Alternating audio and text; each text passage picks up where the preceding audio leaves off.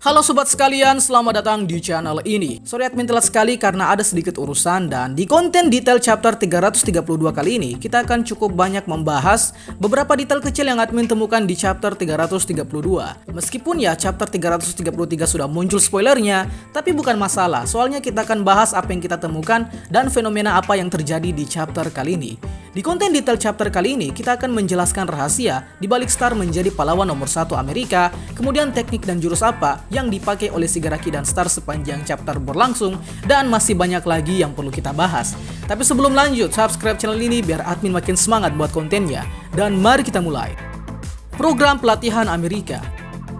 Pas di awal chapter, kita langsung diperlihatkan Star dan rekan-rekannya yang sepertinya sedang dalam suatu program pelatihan, yang mana program pelatihan ini nampaknya bertujuan untuk mencari kandidat number one hero Amerika, atau bisa jadi adalah untuk meningkatkan kekuatan militer queer di Amerika. Dugaan ini didukung dengan Star yang sempat diejek karena dia tak mampu mengembangkan queernya dengan lebih baik. Hal ini disebabkan karena dia adalah seorang wanita, dan kebetulan yang kita lihat di salah satu panel chapter 332 ini hanya Star saja yang seorang wanita. Jadi dalam hal ini bisa ditarik suatu spekulasi bahwa Star adalah pahlawan yang juga masuk dalam program militer Amerika guna untuk memperkuat pertahanan negara Amerika itu sendiri. Well, jadi wajar saja ketika dulu All For One bilang ke Spinner soal negara Amerika yang menjadi negeri para pahlawan, dan memang faktanya kualitas pahlawan di Amerika benar-benar diperhatikan. Berbeda dengan yang ada di Jepang yang hanya fokus ingin menjadi nomor 1 dan banyak yang kena mental karena dibully oleh masyarakat. Oh ya, dapat dipastikan bahwa rekan-rekan seperjuangan Star ini adalah para pahlawan bergengsi juga, dan bisa kalian lihat ada yang seorang mutan dan juga beberapa orang yang mungkin memiliki queer kuat.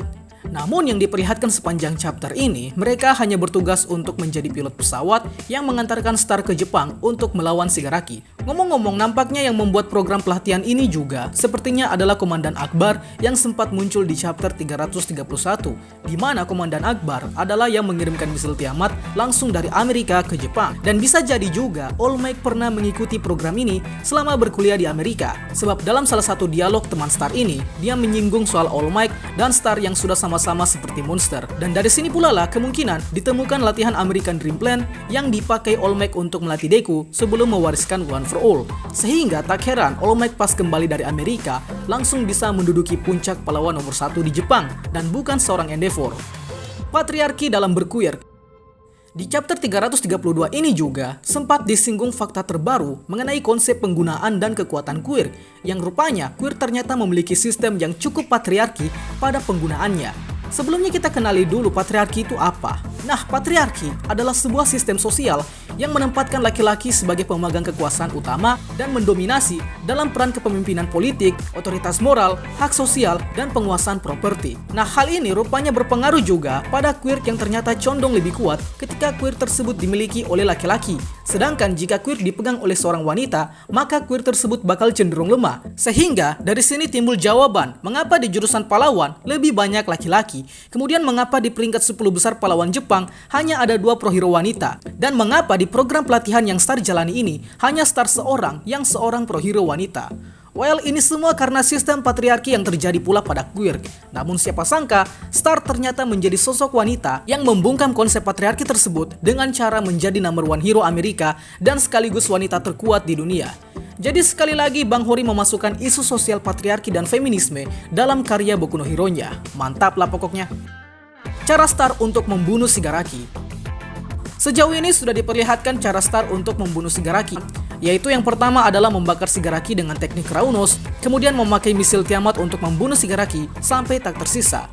Kita bahas dulu satu persatu. Oke, teknik tombak Raunos adalah laser yang berasal dari pesawat yang ditembakkan dari rekan-rekan Star, yang kemudian sosok Star yang dalam bentuk udara padat raksasa diperintahkan untuk menggunakan laser tersebut untuk membakar Shigaraki.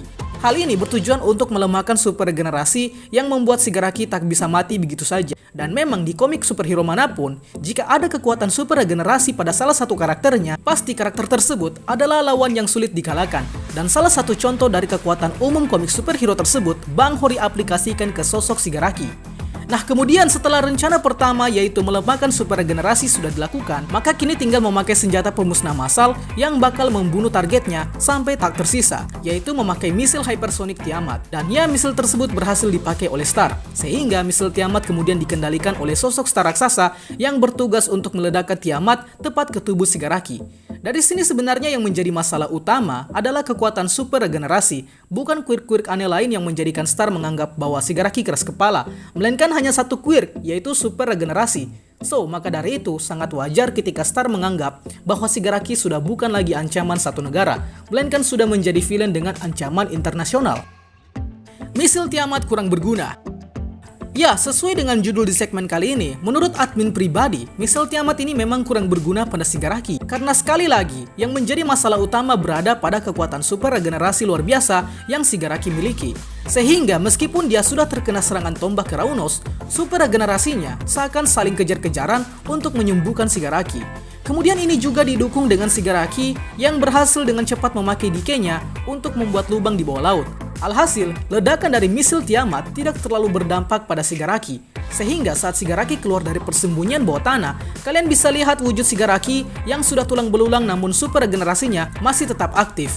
Ini jelas-jelas plot armor yang gak ngotak sih, tapi jika kalian yang sudah membaca chapter 333, mungkin jadi tidak begitu menganggap bahwa Shigaraki benar-benar dapat plot armor di sini.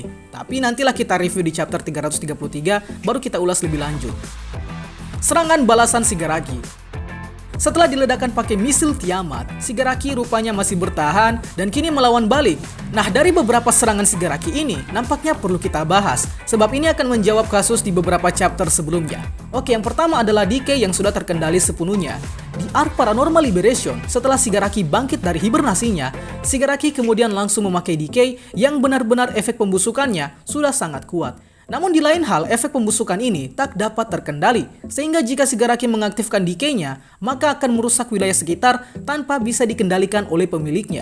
Namun itu pada saat Shigaraki masih 75% di transfer All for One, dan kini setelah tersisa 3% lagi agar Shigaraki sempurna, Quick Decay akhirnya dapat terkendali dan bebas untuk digunakan. Hal ini dibuktikan dengan Shigaraki yang memakai decay untuk membuat lubang bawah tanah, yang sebelumnya decay bebas merembes ke wilayah sekitar, namun kini dapat difokuskan untuk merusak satu tujuan. Kemudian ada quirk ledakan. Nah, quirk ledakan ini dapat dipastikan pernah digunakan oleh All for One terhadap Lady Nagan dan juga Deku di villa bekas kreator Rejection Clan. Yang mana sekali lagi, Shigaraki kini memakai quirk ledakan tersebut pada salah satu Nomu dan digunakan sebagai pengecoh para pesawat agar tidak mengganggu rencana Shigaraki untuk mencuri quirk milik Star. Dari aksi Shigaraki di chapter 332 ini, kita akhirnya mendapat petunjuk mengenai quirk ledakan apa yang dipakai. Dan ternyata quirk tersebut diberi nama quirk explode. Semacam quirk ranjau ledakan mirip dengan quirk Curious dan juga dapat diledakkan sesuai dengan kehendak si pemilik. Penyebab kekalahan Star. Salah satu yang menjadi penyebab Shigaraki menang di pertarungan kali ini adalah karena Shigaraki yang memanfaatkan hati Star yang rapuh. Ya, sekali lagi kemenangan Shigaraki atau All for One kali ini berkat memanfaatkan kerapuhan hati seseorang yang mana dulu dimanfaatkan kepada Lady Nagan dan kini sekali lagi dimanfaatkan ke Star and Stripe. Penyebab Star bisa jadi seperti demikian adalah karena salah satu rekannya menyuruh untuk Star menghancurkan Shigaraki yang berada di atas pesawatnya, yang dalam hal ini rekan Star berkorban demi kematian Shigaraki. Akan tetapi Star yang rapuh mengingat kembali momen kebersamaan antara dia dan para rekan-rekannya saat pelatihan. Dan ya, karena Star yang tak melakukan keinginan si pilot, Star akhirnya pasrah disentuh oleh Shigaraki dan akan dilanjutkan di chapter 333. So, dengan begini Star tentunya tak akan menerima hukuman dari pemerintah Amerika oleh sebab dia yang sudah diserang oleh Shigaraki. Bagi kalian yang sudah baca chapter 333, pasti paham lah ya maksud admin. Jadi mungkin itu saja detail yang bisa admin sampaikan. Itulah pembahasan kita pada kali ini. Sanggap apabila ada yang kurang, request juga di kolom komentar untuk pembahasan selanjutnya. Dan akhir kata, see you next time.